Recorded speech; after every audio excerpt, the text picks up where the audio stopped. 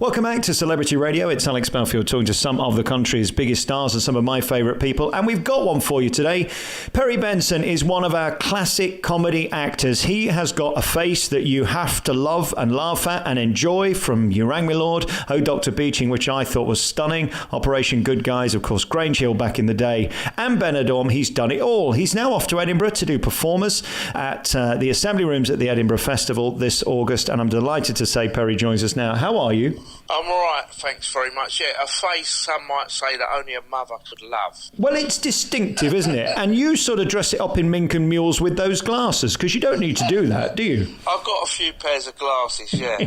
but you know, they're for character purposes, really. Well, they do the job, don't they? What's it like being you? I mean, you seem to be the go-to guy right now when we need a character role. And let's face it, there aren't many personalities left in show business. They're all a bit anodyne these days. You've had some remarkable roles. Yes. Well, I mean, over the years, I've been very lucky to have been able to compete for these roles, you know, because most of the time I've auditioned for a lot of stuff, you know.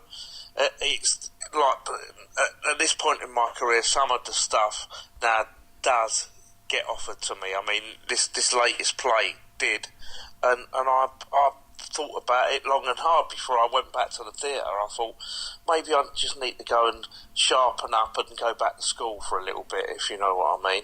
It's always useful doing a bit of live theatre, which I haven't done for quite a few years now. It's interesting, isn't it? When you do TV, it's a totally different discipline. You're sort of pampered, you're given everything you want. Theatre's actually a proper job and hard work. You have to turn up and do it, don't you? Especially the rehearsals. I mean, this play is not necessarily a long play. It's like Edinburgh length at the moment, although there is some talk of maybe extending it if it got taken anywhere else. But it's 70 pages of dialogue which is, there are 4 people in it, four actors in it, but it's more or less a two-hander.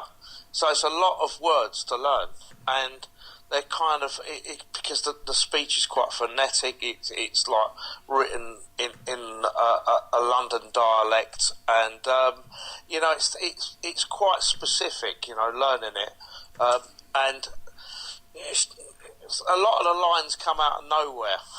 Yeah, you know, their thoughts.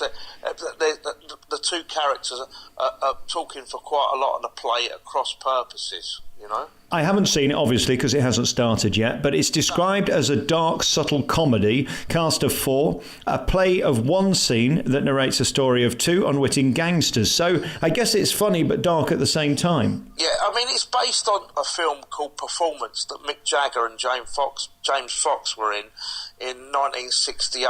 It was Nicholas Roeg was always credited as being the director, even though he was actually the cameraman, and ended up directing it, or co-directing it with someone called Donald Cammell.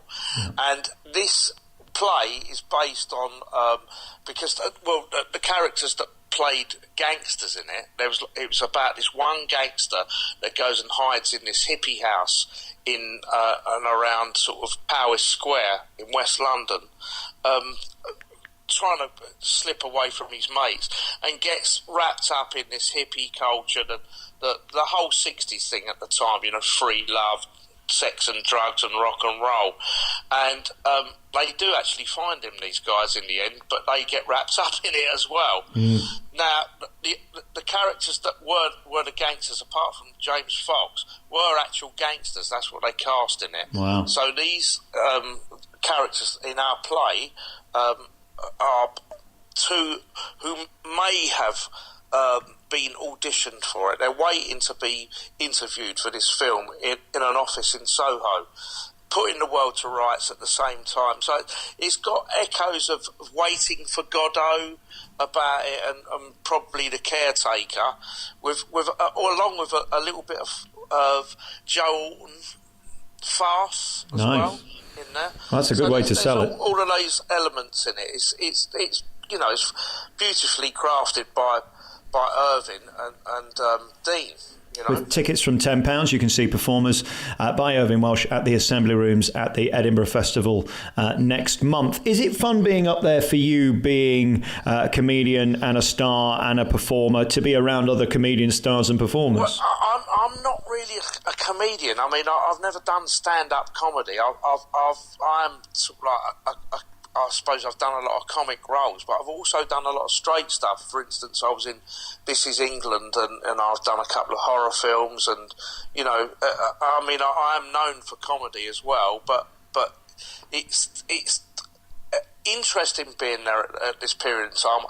The last time I was there was about 17 years ago, and I did a show that because of the time that we were actually performing, which was at 8:30, and then I was doing a little bit in this kind of burlesque cabaret later on at midnight. It sort of precluded me from going and seeing much else, Whereas this, the actual time slot for it, and it's a great venue as well, the Assembly Rooms is one of the main ones, that along with the Pleasance and the Gilded Balloon and others, but it is where everything's run from, the Assembly Rooms, and the 4:45 time slot is just an hour. It means that I can go and look at a lot of other stuff, which I've always wanted to do but never had the time, really. I mean, you say you're not a comedian. You have got comic timing, and that's something I believe you're born with. I don't think any acting school in the world can train you that. Were you always funny? Well, I suppose so. I mean, I did a lot of straight roles when I was a child actor. I've been acting since 1974, so I was in things like Dixon and Doc Green and Poldark and stuff, and all really quite straight dramas up to a point where I was involved in. I got a little bit in Heidi High, and then David Croft and Jimmy Perry wrote me into a thing called Urang My Lord, and. But at the same time, I was auditioning for the more alternative stuff that was going on at the time. I was in The Young Ones and a few episodes of the original Blackadder, which really could, that's right on the other end of the scale. It was a different kind of comedy at the time. It was like a new wave, which is great, That was kind of my founding, if you like. I never really trained in it. All of my training's been on the job. 1972 was the first job I ever done, which was Waiting for Godot. I did a tour of the London parks in this theatre called the Bubble Theatre. And, that was the first ever thing that I'd done. I remember my dad getting quite annoyed because they were throwing me all over the place, and I kind of explained to him that he was just acting. Incredible, isn't it? I mean, some of the things you've done are remarkable. Most recently, people will know you from Benidorm, which I love. I think it's the nearest we're going to get to sort of Heidi High in 2017. It's got Camp Old Nonsense. And the carry-on and stuff, it's like an extension of that, isn't it? It's really beautiful, beautiful. Did you enjoy it? Yeah, it's great. I mean, it's good. I mean, it's quite hard work doing it. They're 16-hour days, 6-day weeks. On Benidorm, they aim to shoot about 13 and a half pages of television a day, wow. Which is more than most of the soaps do, so it's not really, it's no time to relax, really, and you have to get it right more or less first time, so, it's fun, but it's hard work. What's amazing about that show too, it's a real hotel and there are real punters there who specifically book to watch you film, so you've got to do it around them. It's a strange sort of way to film something, isn't it? Yeah, well, at the Sol Pelikonos, it's called, they rope off part of the pool. It's a huge pool. It's like about, 4-acre pool. And the bit where we filmed was right at the back, and they all hang on the line and watch it all day in the water. It's like, and when they're in shot, they ask them to move over a bit, and they all do very politely. Yeah. There's a lot of photo taking and stuff, and you have to go to and from all through the people that are staying at the hotel, so you get to chat to them, and that is it's quite good fun. Yeah, it's old showbiz. It's almost like doing it on a cruise ship, I suppose, isn't it? Well, yeah, I mean, you're a little bit more contained on a cruise ship. I don't know. Have you been to Benidorm?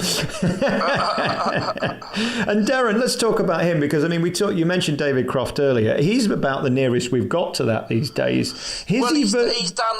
He rewrote "Are You Being Served" and stuff, didn't he? Which I think he done a fantastic job. It was really, all right. Well, it's it's tough trying to walk in the shoes of people like Croft and Perry, who in my